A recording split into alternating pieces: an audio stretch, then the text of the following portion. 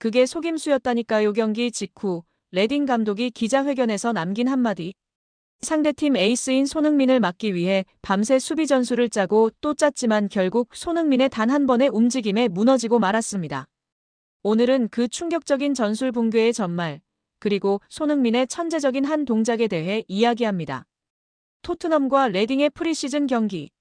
레딩은 3부 리그 팀이지만 이날만큼은 전혀 다른 자세로 나섰습니다.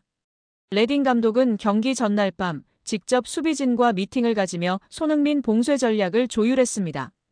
핵심은 간단했습니다. 공간을 주지 마라. 2인 이상 협력 수비로 틀어막아라. 세트피스 상황을 만들지 마라. 그리고 손흥민이 왼쪽으로 치고 들어올 땐 중앙 커버가 즉시 대기하라. 말 그대로 손흥민만을 위한 맞춤형 수비 시스템이었습니다. 후반전 손흥민이 투입 이후 분위기는 완전히 바뀌었습니다. 레딩 벤치와 수비수들의 긴장감은 최고조에 달했죠. 그들은 손흥민이 공을 잡는 순간마다 2명에서 3명이 동시에 압박하며 그의 주특기인 드리블과 커트인을 원천 차단하려고 했습니다. 처음엔 먹히는 듯 보였습니다. 손흥민도 몇 차례 공을 뺏기며 답답한 모습을 보였죠. 하지만 3분 뒤 모든 게 바뀌었습니다. 왼쪽 측면에서 공을 받은 손흥민. 레딩 수비 2명이 동시에 붙습니다. 여기까지는 계획대로였죠. 그런데 손흥민이 왼발로 볼을 툭 치는 척하다가 갑자기 오른발 아웃프런트로 내측이 아닌 외측으로 방향을 트는 깜짝 트릭을 시도합니다. 순간 수비 둘이 동시에 안쪽으로 쏠리며 중심을 잃고 손흥민은 순식간에 팀의 전술대로 무리하지 않고 크로스를 시도하였습니다. 결국 손흥민은 팀 동료들을 바라보며 크로스를 시도했고 이 크로스로 인해 코너킥을 얻고 득점에 성공하게 되는 토트넘입니다. 토마스 프랭크 감독이 토트넘에 부임하면서 색다른 변화를 준비하고 있었는데요. 영국 스포츠 웹사이트는 토트넘이 프랭크 감독과 함께 세트피스 코치를 영입했다고 밝혔었습니다. 바로 안드레아스 조지슨 코치가 합류했다는 사실이었는데요. 조지슨 코치는 최근까지 맨체스터 유나이티드에서 활동했던 세트피스 전문가로 2020년에는 브렌트포드에서 프랭크 감독과 함께 일한 바 있습니다. 토트넘은 조지슨 코치가 세트피스 문제를 해결해줄 것을 기대하고 있으며 지난 시즌 엔제 포스테코글루 감독 체제에서 세트피스 문제로 많은 비판을 받았던 바 있습니다. 직전 감독이었던 포스테코글루는 세트피스 문제로 팬들에게 많은 질타를 받았으며 특히 지난 시즌 막판 세트피스에서 잦은 실점 허용으로 비판을 받았었습니다. 프랭크 감독은 이러한 문제를 일찍 방지할 것으로 보입니다. 조지슨 코치는 브렌트포드, 아스널, 사우스햄튼, 맨체스터 유나이티드 등 여러 구단에서 세트피스 코치로 활약한 바 있으며 특히 브렌트포드 시절 세트피스 효율성 개선에 큰 역할을 한 인물로 알려져 있습니다. 조지슨의 합류는 토트넘의 세트피스를 개선시킬 좋은 영입이 될 것으로 기대받았는데요. 이러한 일로 인해 손흥민은 세트피스 상황을 계속해서 만들어라는 감독의 지시에 확실하게 순응하며 과감하게 크로스를 올리고 돌파하며 코너킥을 여러 차례 만들었던 것입니다. 결국 전반 내내 답답했던 왼쪽 측면이 손흥민의 돌파와 크로스로 코너킥을 2차례 이상 만들었고 그 코너킥으로 인해 득점 상황을 만들어냈던 토트넘입니다.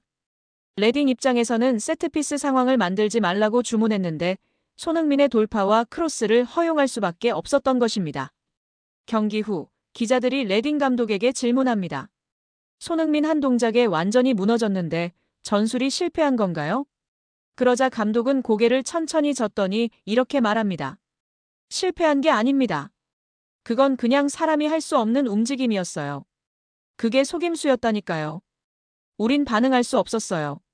그 한마디에 기자석은 술렁였고 현지 팬들 사이에선 손흥민은 이미 월드클래스를 넘어 예술의 경지다라는 반응까지 나왔습니다.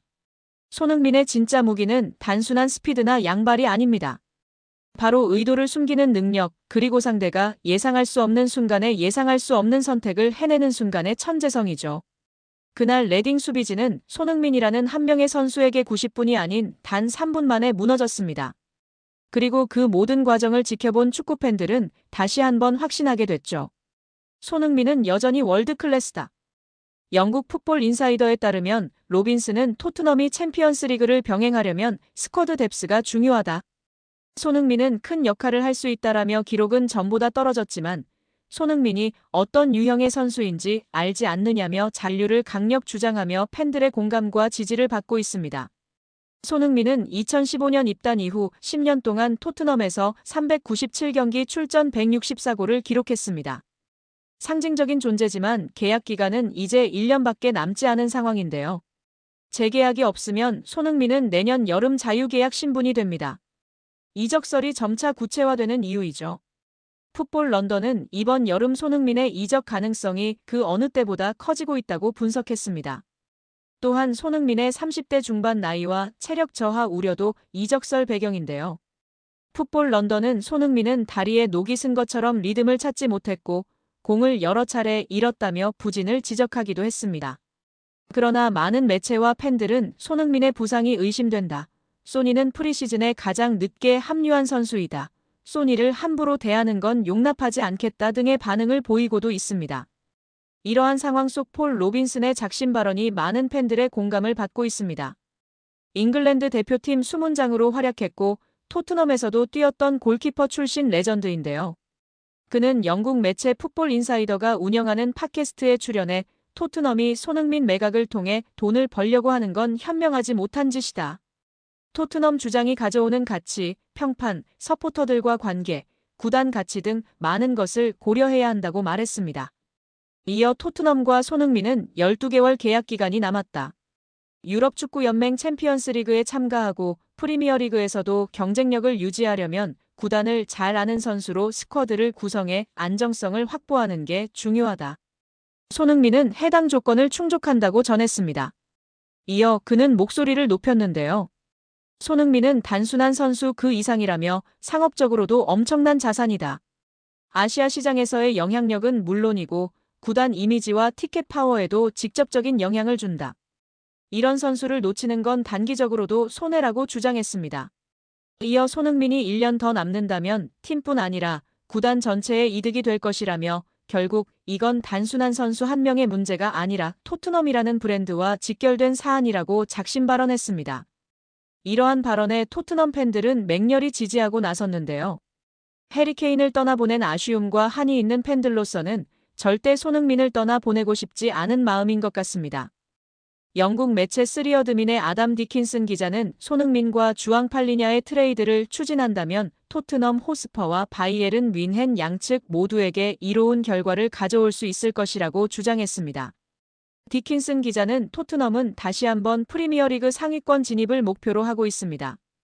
그러나 토마스 프랭크 감독은 새로운 수비형 미드필더가 필요하며 팔리냐는 목표에 부합하는 완벽한 선수가 될 수 있습니다. 라고 전했습니다. 이어 다른 매체 보도에 따르면 팔리냐는 현재 매물로 나온 상태입니다. 그는 런던 복귀를 희망하고 있으며 이적료는 최대 3천만 유로 정도로 예상됩니다. 그러나 토트넘은 최근 2번의 여름 이적 시장에서 도미닉 솔란케와 모하메드 쿠두스 등을 영입하며 많은 돈을 지출했고 적자를 기록했습니다. 다니엘 레비 회장의 목표는 팔리냐이지만 영입할 만한 자금 여력이 부족합니다. 따라서 기존 선수를 바이에른 뮌헨으로 보내는 스왑 딜을 통해 이적료를 절감할 수 있습니다. 라고 전망했습니다. 그리고 팔리냐 영입을 위해 트레이드할 만한 선수로 손흥민을 언급했습니다. 디킨슨 기자는 손흥민을 바이에른 뮌헨으로 보낸다면 그는 해리 케인과 파괴적인 파트너십을 다시 한번 구축할 수 있는 훌륭한 후보다. 바이에른 뮌헨은 최근 왼쪽 공격수인 르로이 사네와 결별했으며 니코 윌리엄스 아틀레틱 빌바오 영입에도 실패했습니다. 게다가 토마스 밀러도 팀을 떠났습니다. 손흥민은 사내의 공백을 메울 수 있으며 밀러의 리더십을 대체할 수 있습니다. 또한 그는 과거 독일에서 활약했습니다. 함부르크 유소년 팀에서 성장했으며 바이어 사 레버쿠젠에서 주전으로 활약한 바 있습니다. 라며 손흥민을 높이 평가했습니다. 토트넘은 최근 바이에른 뮌헨의 미드필더인 팔리냐와 연결되고 있습니다. 포르투갈 국적의 팔리냐는 강력하고 정확한 태클, 중원에서의 적극적인 몸싸움 등 다양한 능력을 두루 갖춘 선수입니다. 그는 자국 리그의 스포르팅 리스본에서 프로 데뷔한 뒤 2022년 가치를 인정받고 프리미어리그 풀럼에 입단했습니다. 그리고 풀럼에서도 존재감을 드러냈습니다. 특히 2022년 시즌에는 프리미어리그 태클 1위를 기록했습니다. 팔리냐 선수는 뛰어난 기량을 바탕으로 2024년 독일 최강팀인 바이에른 뮌헨으로 이적했습니다. 그러나 주전 경쟁에서 밀려나면서 올여름 이적 가능성이 매우 높습니다. 더욱이 시즌 초반 임신한 아내를 두고 구단 직원과 불륜 관계였다는 사실이 밝혀져 경기 외적으로도 많은 비판을 받았습니다. 이처럼 입지가 좁아진 상황에서 토트넘이 팔리냐 선수에 관심을 보이고 있습니다. 디킨스는 토트넘의 로드리고 벤탄쿠르 선수는 잦은 부상과 손흥민 선수를 향한 인종차별에 따른 징계 등으로 지난 시즌을 정상적으로 소화하지 못했습니다. 따라서 프리미어리그 최고의 태클러였던 팔리냐 선수의 영입은 토트넘에 큰 도움이 될 것입니다. 라고 주장했습니다.